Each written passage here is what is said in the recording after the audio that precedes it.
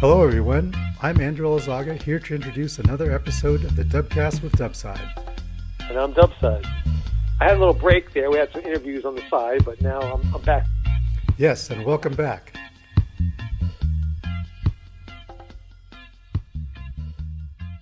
I thought today we could talk about kayak rescue techniques that are taught before people learn how to roll. Anyone who takes an introductory sea kayaking class usually learns the paddle float rescue. Yeah, that's the standard instructor curriculum for sea kayaking. You blow up the paddle float, you stick it in the paddle, and then the paddle is like an outrigger to stabilize the kayak. And that was generally taught. Then there's they call it the cowboy reentry, where you just climb onto the back deck and get back in. But if you don't have really good balance, or if it's a little rough, you tend to just fall right back in. So that's why the paddle float is used to stabilize the kayak. This reminds me of what you mentioned in Dubcast number 2 about kayaking gear that you do not need. And the paddle float rescue, I think, has been a little bit controversial because some kayak coaches say that if you're in conditions where you capsize, then the paddle float rescue is probably going to be difficult. It works well in flat water, but in rough conditions, it can be difficult. And some of my kayak coaches actually never carried a paddle float or even a bilge pump, and they just use the T-rescue. Mm-hmm. But of course, it's difficult to do that if you're by yourself. True. Pump is a handy thing to have, but if you're in really rough seas, trying to pump your cockpit out is going to get more water coming in. The waves are going to dump more water in. And there's techniques where you just open one little side of the spray skirt and stick the paddle down there and pump out. But if anyone's ever tried it, it'll take you, 15, 20 minutes to pump a fully flooded cockpit out, which is, if you're trying to keep from drifting into a shipping channel or something like that, it's not too practical. So all these things, all which is to say, if you got a really good roll, you're in a much better shape for rough conditions. Yeah. Somebody will always make a gadget that you can they'll sell you. And I've seen electric pumps, various configurations going way back and into more modern times with lithium-ion batteries. And it sounds like an awesome idea. You just flip a switch and it pumps the water out, and you can keep on paddling with using both hands on the paddle until you put it into practice in real life. And that battery is going to fail when you least want it to. Either the water's going to get into the salt water, will attack it, or something will go wrong, and then your cool electric pump doesn't work. So, yeah, I always thought those were pretty cool, but I've always wondered about how much weight it adds to your boat, and the whole using the battery sort of thing. Well, you just referred to it as a boat. Oh. If we're going to get paranoid about that. I'm so sorry. There you I go. didn't even realize it.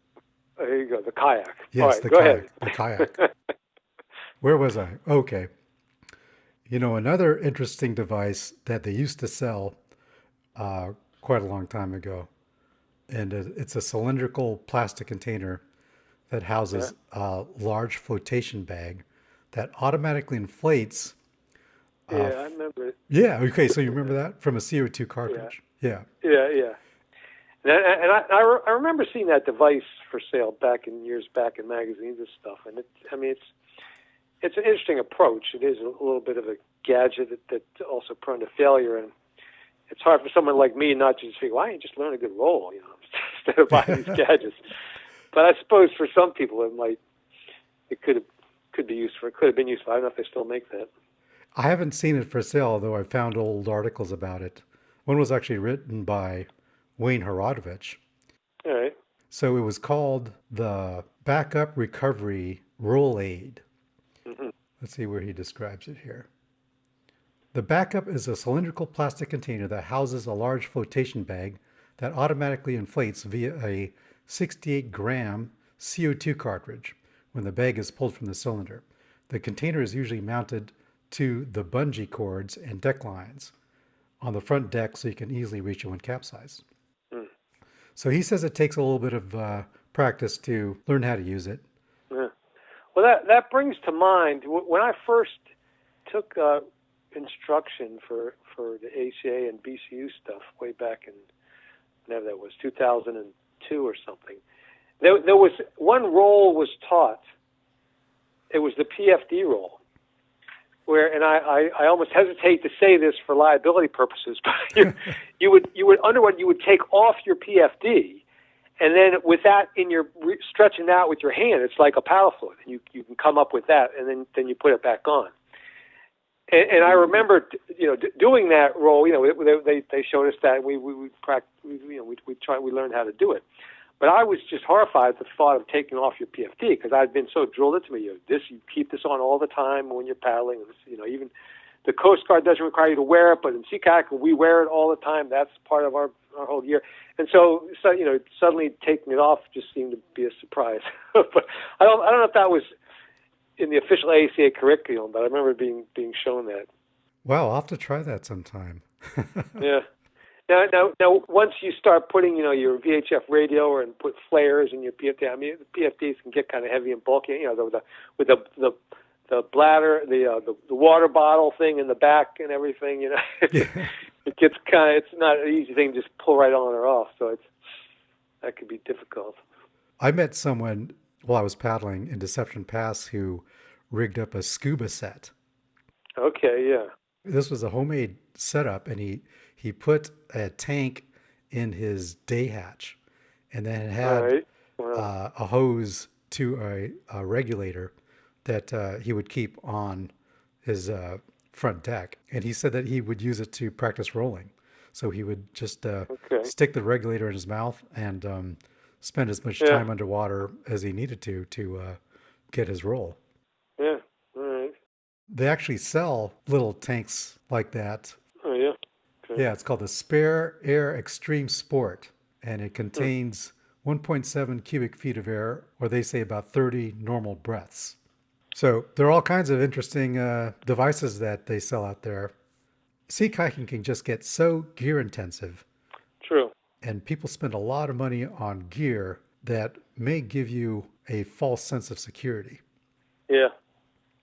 Well, it's when you have an industry driving a sport rather than just people, clubs and things and coaches and people are very involved with safety. They're the ones dealing with the insurance. Whereas the commercial aspects, they're just trying to generate a profit. So at the low end of the scale, you can go to the department stores and get for $300 get a sit on top kayak, and they'll tell you how easy. Just go out there, you can have fun. You don't need anything else, and de-emphasize any kind of instruction, training, safety techniques just to sell more kayaks. And then after you've got your kayak and everything, there's plenty of other people wanting to make money by selling you more gimmicks that they'll purporting to make you better or safer or whatever, rather than spend money on learning some technique. So there are negative aspects to making too much of a business out of the sport. Yep.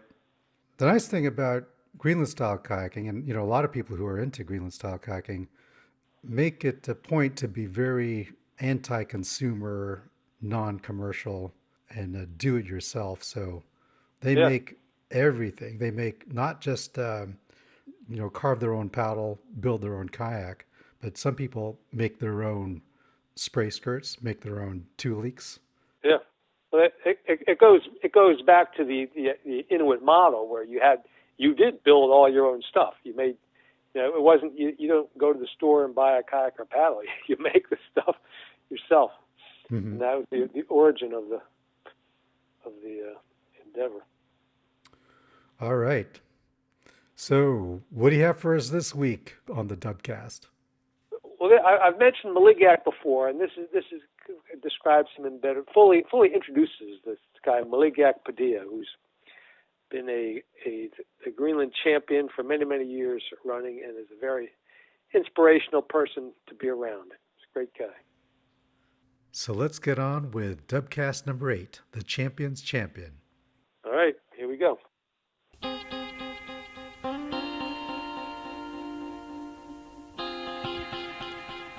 Welcome to the Dubcast with Dubside. This is Dubcast number 8, all about Maligiaq Padilla, the best Greenland kayaker for the last 20-some years. I'll be telling you stories about Maligiaq at the age of 16 in 1998, competing in and winning the Greenland National Kayak Championships. And later that year, he attended the Delmarva Paddlers Retreat in the U.S. And I will describe him going to the Hudson River Greenland Festival with me sometime later, as well as being in Spain with me another time. And I've got a new to you piece of Greenlandic music. This is a song that I think I actually heard for the first time when Maligiaq picked up a guitar and sang this song at that event in Spain. And I've got a few other miscellaneous stories and anecdotes to give you an idea of what an amazing person Maligiaq is.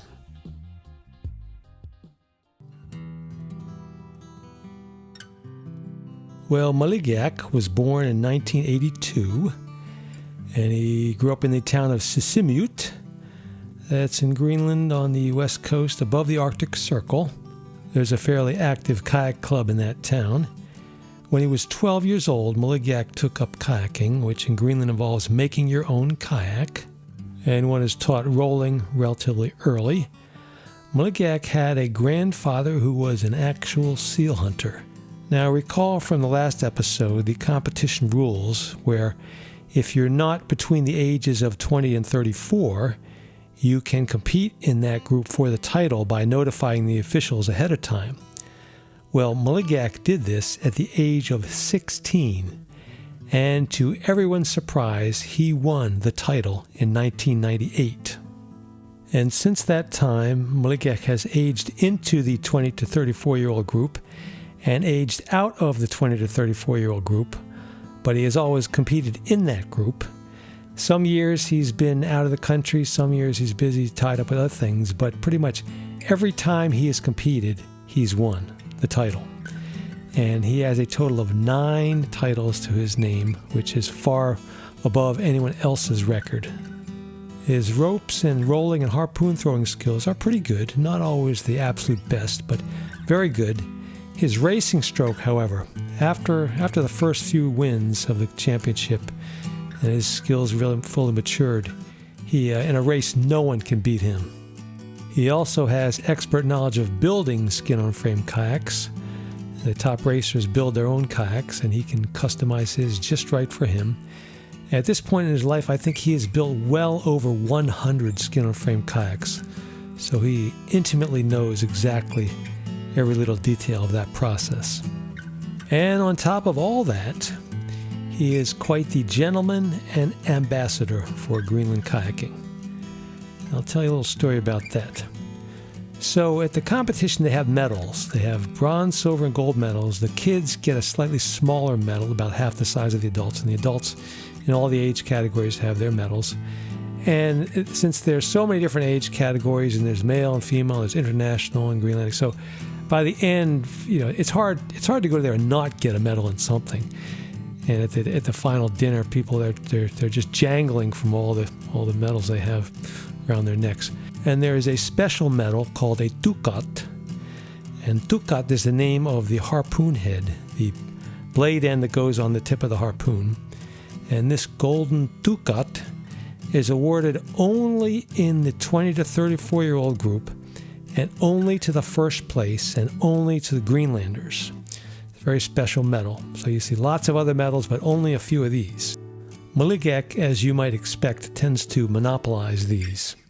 Well, in 2004, after they gave the regular medals to the foreigners, Maligiaq came over, and he took the ducat for rolling off of his neck and gave it to Sherry Perry. Said, "This is for you. You did so good in the rolling." And he came over to me, and he took the ducat off his neck for ropes. It said Ashlernoya Katarnak on the back. He said, "Dubside, this is for you, because you did so good in the ropes." And when I got back to the U.S., I made a standing offer. I said, any American, any foreigner who can reach the score I got on the ropes, 336, I think it was, first person to do that, I will give them this Ducat medal. I'll tell you later what became of that Ducat. Now, back in 1998, after his big upset win of the championship, just 2 or 3 months later, Robin Snow invited him to come to Delmarva and demonstrate his impressive skills, which he did. This is a few years before I started going to Delmarva, but I've seen video clips of his appearance there, and you can see them too. Some of those are in that Modern Greenland Kayaking DVD that I mentioned earlier, which Andrew has posted online. In the regular competition, the long distance race is 15 to 20 kilometers, depending on how the course goes. They occasionally have longer races outside of the regular week of competition, and in 2006 they were holding a 3-day marathon race where they would line people up in the morning, start them off. They had a checkpoint in lunchtime, and then at the finish line they kept track of that time. The next one they started them off again. So you had actually six combined times. Add all that up, we get the final score. And I got to Greenland that year just as they would finish that on the last day before the regular competition started. And when I saw Maligiaq, I asked him how the race was, and he said, "Oh, it was hard." That's all he would tell me. Later, I saw the results posted, and he had held the first place position every single day at every checkpoint.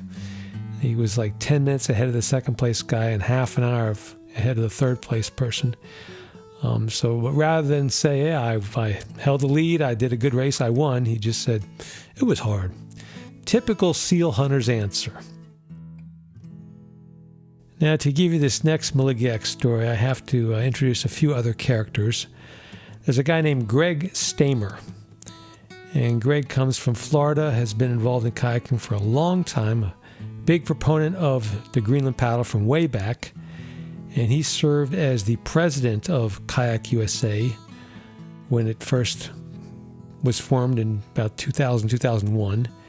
And he was a president for about 10 years. A very nice guy.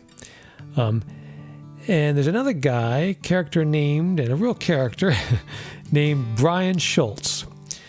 And Brian is from Oregon. And he, like Maligiaq, he's by this time built at least well over 100 skin-on-frame kayaks. He's done workshops, quite an expert on kayak building. And to paddle the Oregon coast, you got to be somewhat wild and crazy, and that is Brian Schultz. All right, so we have Brian Schultz, we have Greg Stamer, remember Helen Wilson? So they're all coming to Delmarva in 2008. And Delmarva, being the featured traditional paddling event in the U.S., has gotten bigger and bigger, well, actually longer and longer. So they'll bring the instructors will come Wednesday night or Wednesday in the daytime for the weekend event. So you have extended days before and after.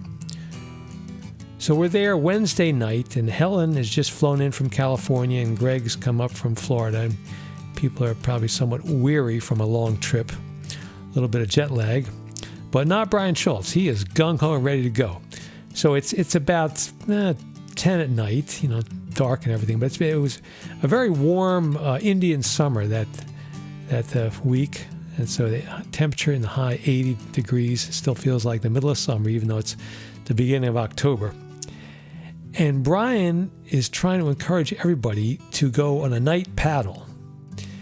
And there's a bay that Delmarva is held on, and across the bay is the peninsula, which is the ocean is on the other side. So the bay it's a good 3 miles at least, 3 miles wide. So you can see the lights way over there. But it'll take a while to paddle over. So Brian is trying to round up a crew to paddle across at night, and he says there's a nightclub, there are bars over there. We can hang out somewhere and have a good time, a lot of fun. And the other people, some of them are already gone to bed pretty much and kind of tired, but Brian is just he's got to get everybody, come on, we got to go, come on, we're going to paddle across. So eventually he rounds up Maligiaq and me and him, and Greg Stamer and Helen Wilson. So the 5 of us are going to paddle across.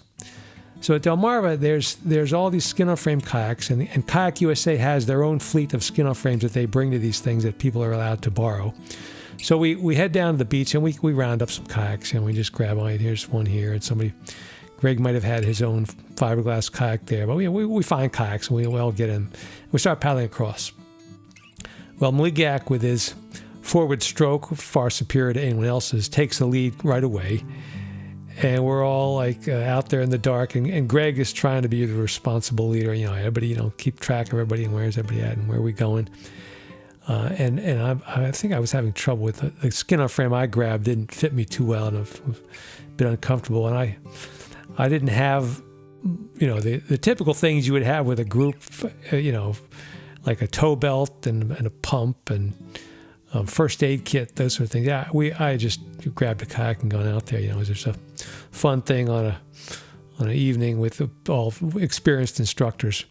I think I had a PFD on, but I don't know if I even had a spray skirt to fit the kayak.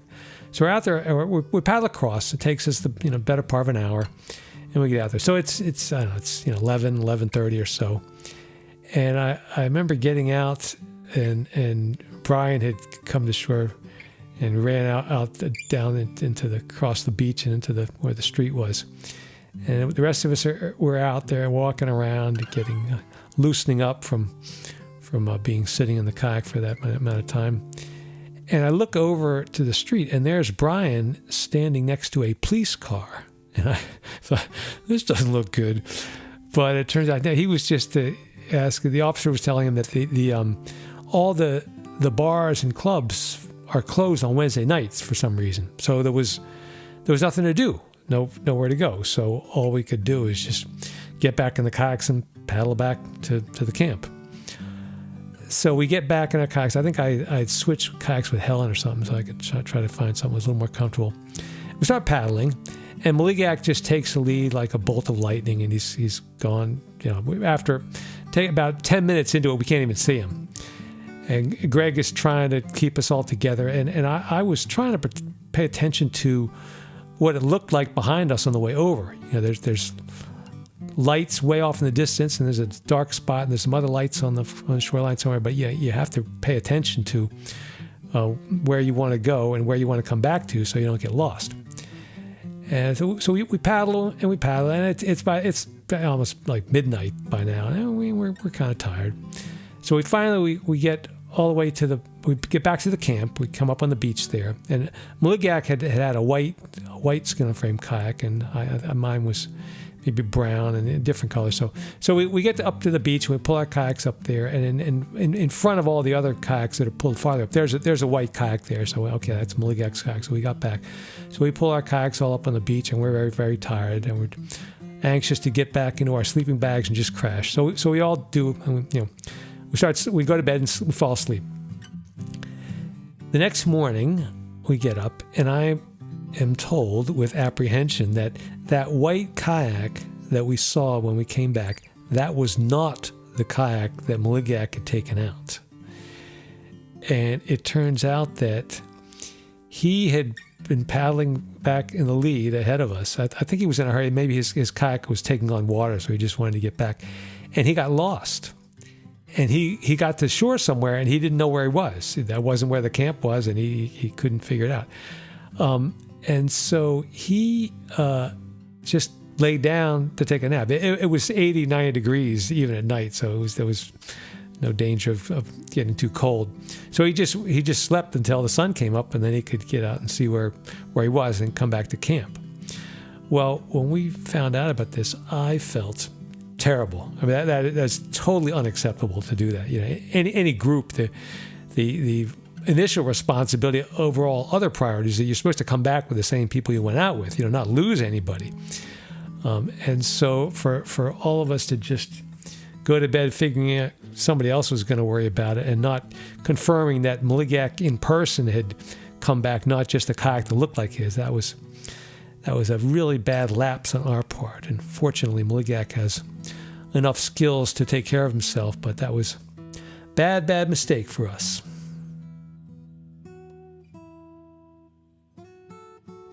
In 2007, I was invited to go to a kayak event in Spain called the Pagai. They were holding that every 2 years. And Maligiaq went that year as well, and Greg Stamer went there too. It was being held in part of northern Spain, near the French border. It was on the Mediterranean, and the surf there, right there on the shoreline, got heavy some days. If you're not familiar with how surf works, I'll explain it to you somewhat. When the wave breaks, when the frothy white stuff comes crashing down, a tremendous amount of energy is unleashed. And if you are in the wrong place at the wrong time, the energy is unleashed on you. So getting out through surf or playing in surf, it's all a matter of timing and being in the good spots, not the bad spots. I myself have made some bad mistakes in the surf. If I'd waited just 5 or 10 seconds, I would have paddled out through some gentle waves, no problem. But I picked the wrong moment, and the force of this wave broke my 2-piece paddle in half and broke one of the aluminum rods in my Feathercraft kayak. Well, the turbulence of a breaking wave occurs primarily on the surface.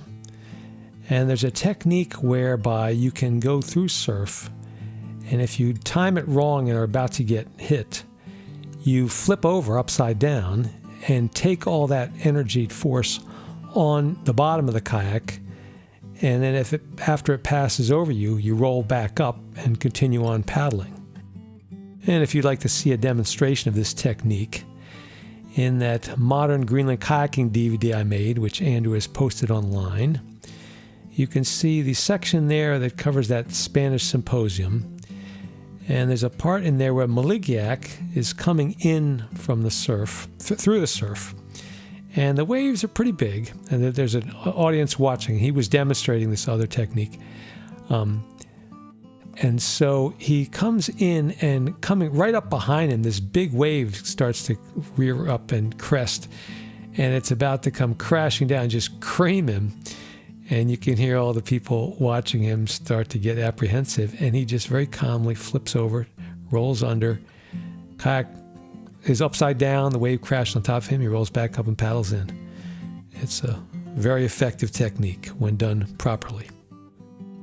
In 2011, Maligiaq had gotten married, and his wife got a job in Washington, D.C. And I lived in that area. As it turned out, they only lived there for a year, but during that year I was able to go hang out with them on a regular basis. We went to some of the pool rolling practice sessions throughout the winter.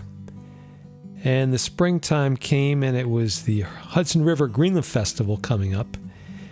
And the organizers of that event asked me about some sort of presentation that they were wondering if Maligiaq could do something. They were aware that it does put the foreigner on the spot to be asked to give a presentation when English is not their native language. So in the past, sometimes you'll have somebody like, say, Greg Stamer might give a talk and have another Greenlander, or if it's Maligiaq there, and just be able to ask them questions, but don't have to put all the pressure on them to come up with a 1 hour long talk. Well, Maligiaq's English was quite fluent at this point, and they were asking if I could help, just along with him, come up with some sort of program for the evening.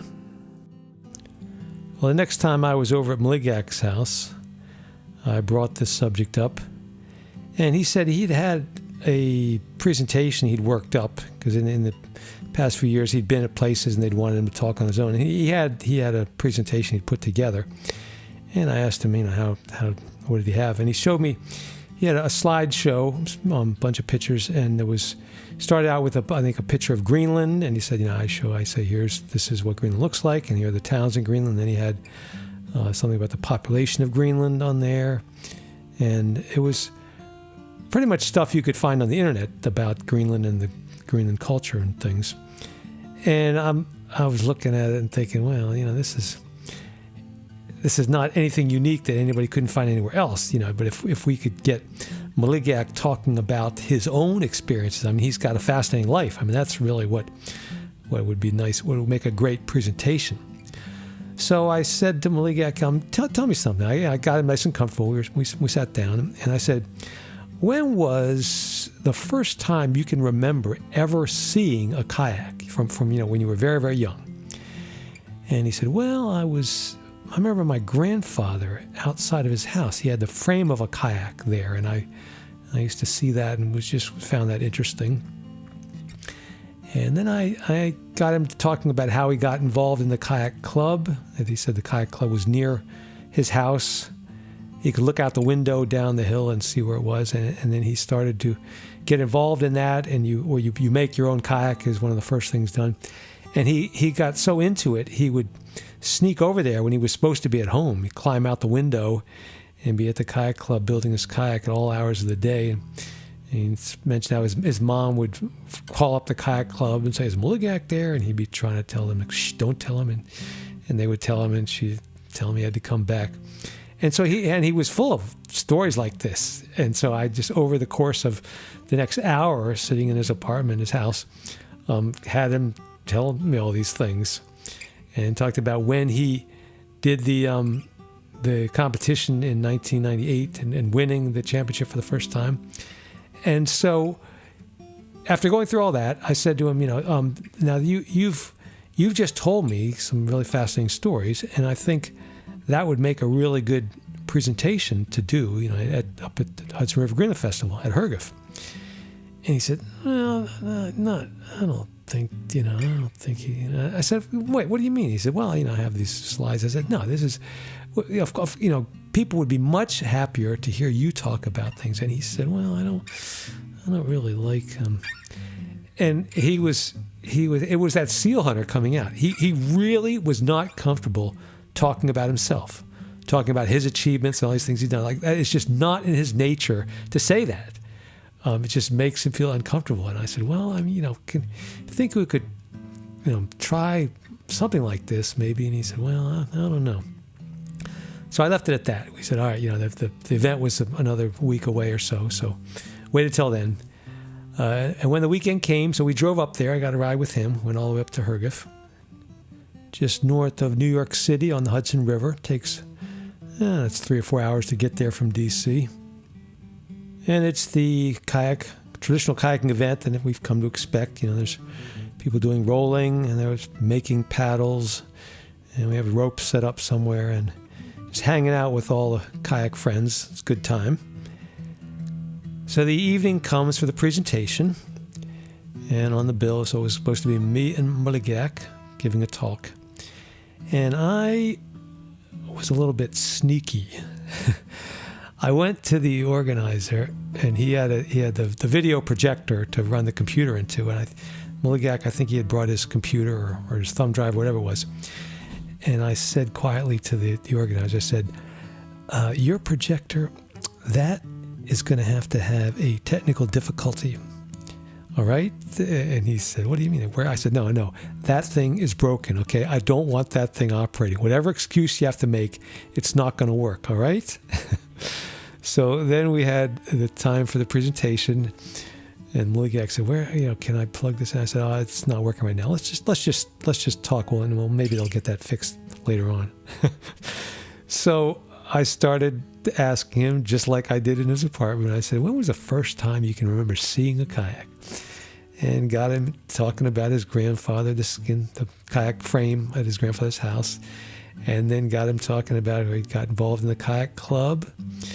And I asked him about the first year of the competition and how that went. He was talking about how the year before, he could see from the times, the race distance, he could compare his times to some of the fastest kayakers.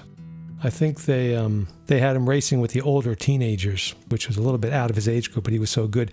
And I think that was maybe the short race or the relay race. They were all doing the same distance, and he's just looking at the times. He could see, wait, I'm faster than these top guys, or almost in there, almost up to that speed.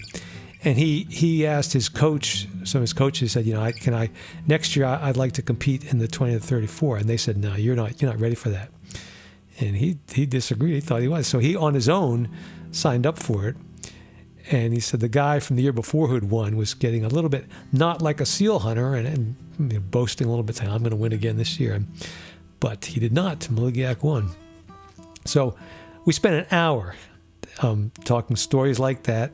And I think even though I had to be a little bit sneaky to do that, the final result was a much more entertaining and informative presentation than some slides about Greenland that anybody could find off the internet. I'd like to do a song now, especially for Maligiaq. This is a band called Qarsoq.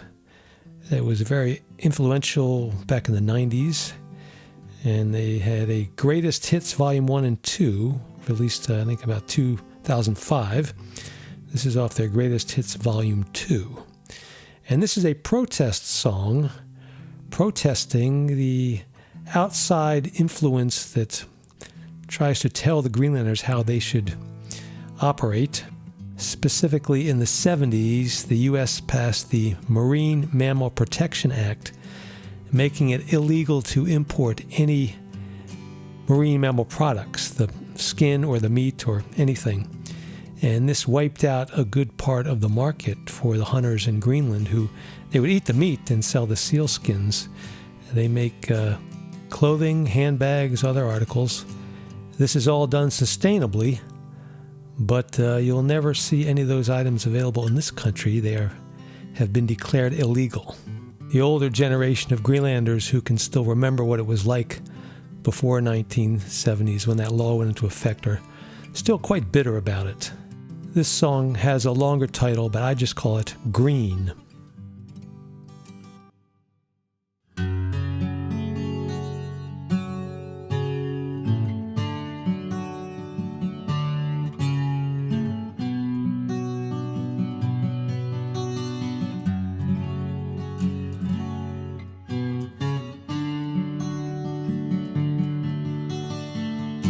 Peniaga sutut misigivit Ali sipenianto Malesuka sutut misigivit Pesoka tangivisutit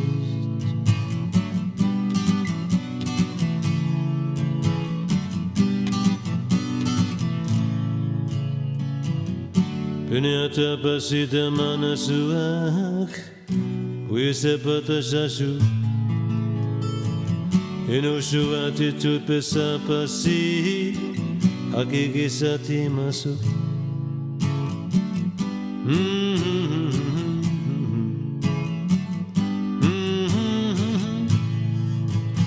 Basi vaka Kushikutu Akisaruti la vie Isigaka Asati Kimeshaneta kakisu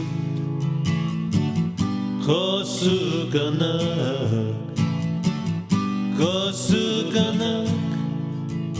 Vasivaka Kushikutu Akisaruti lahi Malugi vaput Kamanerit Pesokatangi vikavi Kosukanak Kosukanak Kosukanak Kosukanak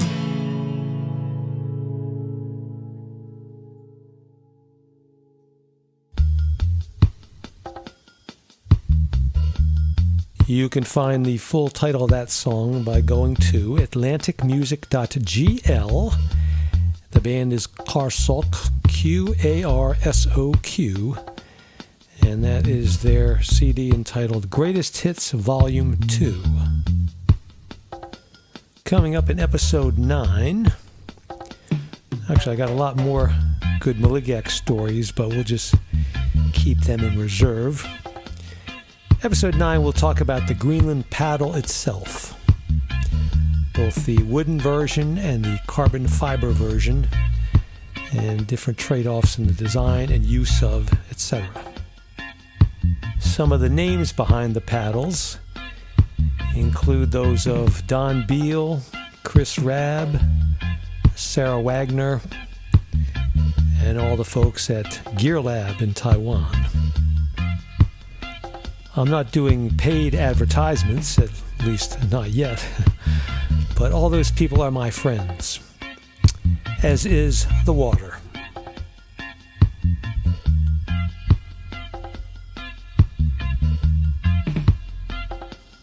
Thanks everybody for tuning in. If you enjoyed this podcast, please share, comment, like, and subscribe.